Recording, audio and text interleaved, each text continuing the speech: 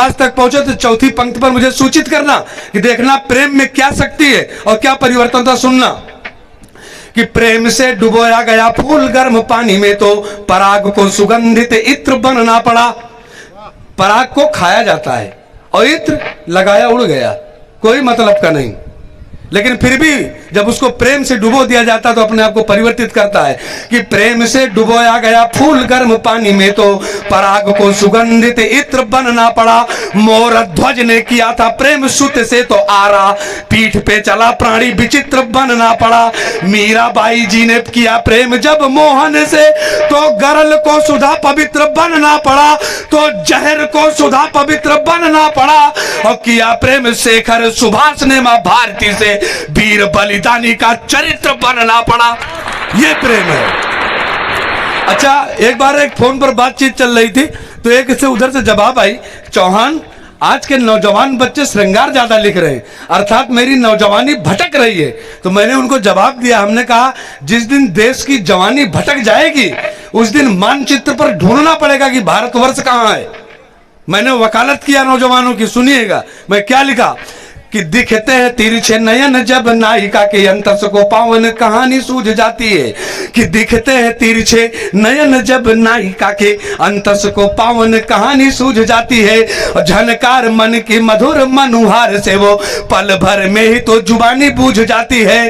किंतु जब सीमा पर चुनौती भरी ललकार, किंतु जब सीमा पर चुनौती भरी ललकार क्रूर शत्रुओं की गूंज जाती है, तब प्रेम मातृभूमि के प्रति उमड़ते ही आंख बंद करके जवानी जूझ जाती है। अच्छा, 4 पंक्तियां और पढ़ता, सुनना।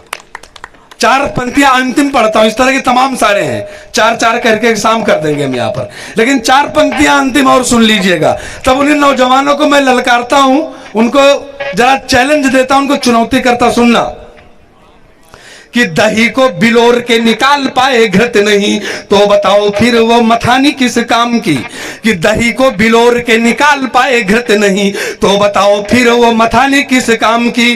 प्यास कोई झरना बुझा सके न लेस मात्र तो बताओ नीर की रवानी किस काम की। सार कोई निकले न यदि अंत में कथा के तो बताओ फिर वो कहानी किस काम की। तो बताओ फिर वो कहानी किस काम की। और देश के किसी भी काम या सकी न जिंदगानी तो बताओ फिर वो जवानी किस काम की। तो मैं चाहता हूं कि लंबी चौड़ी पंक्तियां न पढ़ूं, हालांकि हमको भी जब माइक पर आते हैं हमको पढ़ास लग जाती है। उधर सियार को लुटास लग गई थी, ऊंट को लुटास लग गई थी, सियार को जो है अंदर लुटास हुकास लग गई थी, हमको भी पढ़ास लग जाती है जब माइक पर आते हैं मित्रों। तो मैं कहता हूं 4 पंक्तियां दादा और पढ़ लूं, अब हम अपने दरवाजे नहीं टर्राएंगे तो क्या आपकी गली।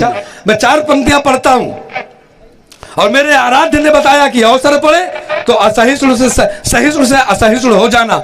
कब?